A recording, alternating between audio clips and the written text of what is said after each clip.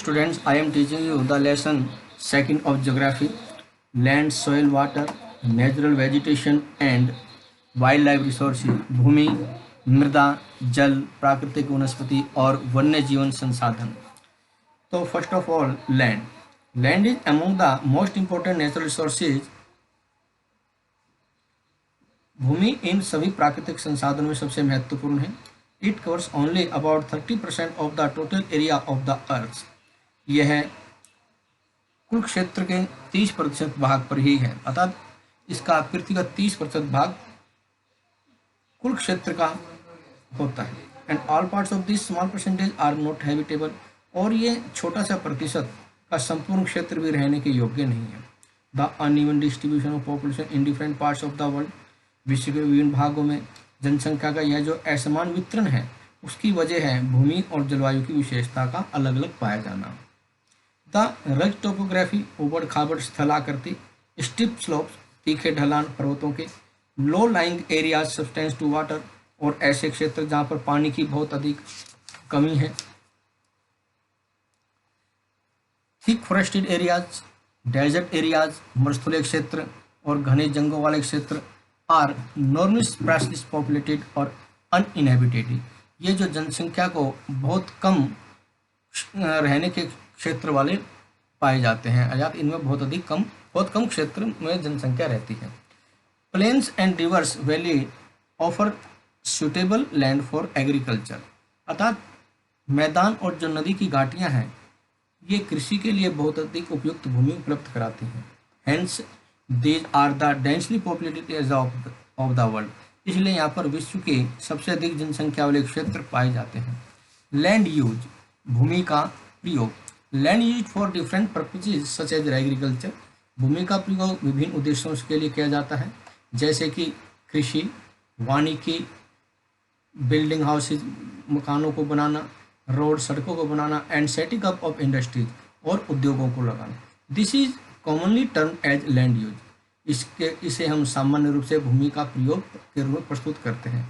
Can you list out the different ways in which Mamba's and Peter's family use their land?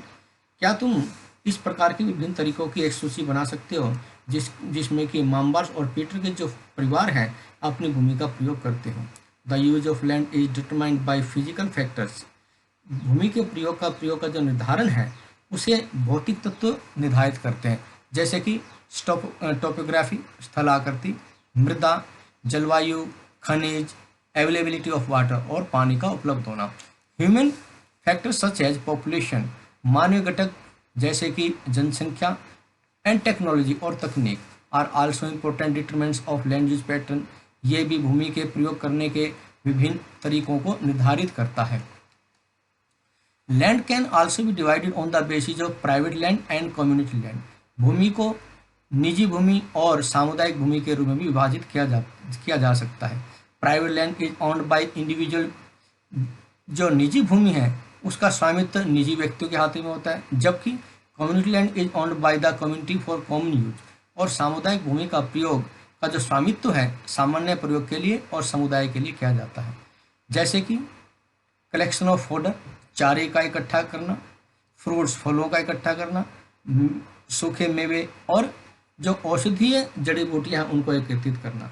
This community lands are also called common property resources, इन सामुदायिक भूमि को हम सामान्य संपत्ति के संसाधन के रूप में भी जानते हैं।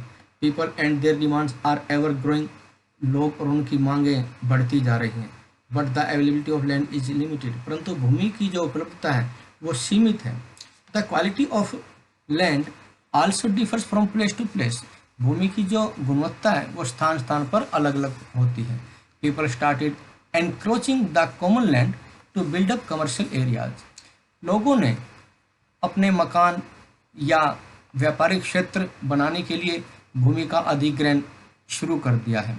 Housing complexes in urban areas, शहरी क्षेत्रों में जो मकान हैं, and to expand the agriculture land in rural areas, और ग्रामीण क्षेत्रों में कृषि भूमि का विस्तार करने के लोगों ने इनका अधिग्रहण आरंभ कर दिया है।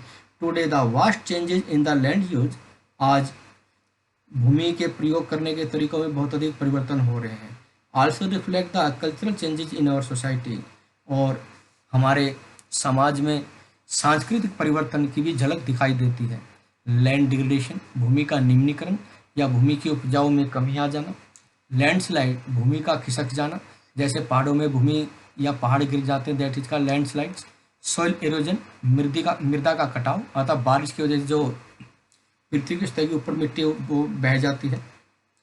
डेजर्टिफिकेशन, और मरुस्थल या रेगिस्तान बन जाना, अतः भूमि बंजर हो जाना, are the major threats to the environment. ये पर्यावरण के लिए कुछ मुख्य खतरे हैं। Because of the expansion of agriculture and construction activities, क्योंकि कृषि का विस्तार और जो निर्माण की जो प्रक्रियाएं हैं वो बढ़ती जा रही हैं, उसका विस्तार होता जा रहा है। कंजर्वेशन ऑफ लैंड रिसोर्सेज, अर्थात भूमि संसाधन का संरक्षण। Growing population and their growing demand, बढ़ती जनसंख्या और उनकी मांगे has led to large scale destruction of the forest cover. इन्होंने बड़े पैमाने पर जो वन है उनमें कमी लाई है। एंड एरेबल लैंड्स, और जो कृषि योग्य भूमि है उनको उसको भी काफ़ी कम बना दिया है। And has created a fear of losing the this natural resources, और इस प्रकार से जो प्राकृतिक संसाधन है उनके खत्म होने का भय बन गया है। देयरफॉर, इसलिए the present rate of degradation of land resources, वर्तमान में जो भूमि संसाधन के निम्नीकरण की जो दर है, मस्ट बी चेक, उसको अवश्य ही प्रतिबंधित किया जाना चाहिए। एफोरेस्टेशन, अर्थात वन लगाना। लैंड रिक्लेमेशन, अर्थात भूमि सुधार। Regulated use of chemical pesticides, और केमिकल या अर्थात रासायनिक जो कीटनाशक हैं उनको नियमित रूप से प्रयोग करना, अर्थात उन पर थोड़ा प्रतिबंध लगाना। एंड फर्टिलाइजर्स, और उर्वरकों पर। एंड चेक्स ऑन ऑर्गेनाइजिंग, और जितने भी अधिक अर्थात आवश्यकता से अधिक हम जो घास चराते हैं उसको भी प्रतिबंधित किया जाना चाहिए। Are some of the common method, ये सभी ऐसे सामान्य उपाय हैं यूज टू कंजर्व लैंड, जिससे हम भूमि के संरक्षण के लिए प्रयोग कर सकते हैं। नेक्स्ट टॉपिक है बेटा सॉइल, मृदा या मिट्टी। The thin layer of the granny substance, जो उपजाऊ भूमि की जो पतली सी जो परत होती है जो कि पृथ्वी की ऊपरी सतह को ढके रहती है, इज कॉल्ड सॉइल, उसे मृदा या मिट्टी कहा जाता है। It is closely link to land, यह भूमि से काफ़ी नज़दीक से जुड़ी हुई होती है। लैंड फॉर्म्स, अतः भू आकृतियाँ, determine the type of soil, यह मृदा के आकार को निर्धारित करती हैं। Soil is made of organic matter, जो मृदा है यह जैविक पदार्थों के द्वारा बनती है, खनिजों के द्वारा बनती है। And weathered rock found on the earth, और जो पृथ्वी पर चट्टानें पाई जाती हैं उनकी वजह से बनती है। This happen through the process of weathering, ये सभी जो घटनाएं हैं मौसमी क्रिया के द्वारा होती हैं। The right mix of minerals and organic matter, अर्थात खनिजों और जैविक पदार्थों का सही मिश्रण मेक द सॉइल फर्टाइल, यह मृदा को उपजाऊ बनाता है। नेक्स्ट टॉपिक बेटा factors of the soil formation, अर्थात मृदा के निर्माण के लिए घटक, अर्थात मृदा का निर्माण किस प्रकार से होता है। The major factor of soil formation are the nature of the parent rock and climatic rock, अर्थात जो मृदा निर्माण है इसके जो मुख्य घटक हैं वो प्राकृतिक रूप से जो भौगोलिक स्थिति है चट्टानों की और जो जलवायु घटक हैं वो माने जाते हैं।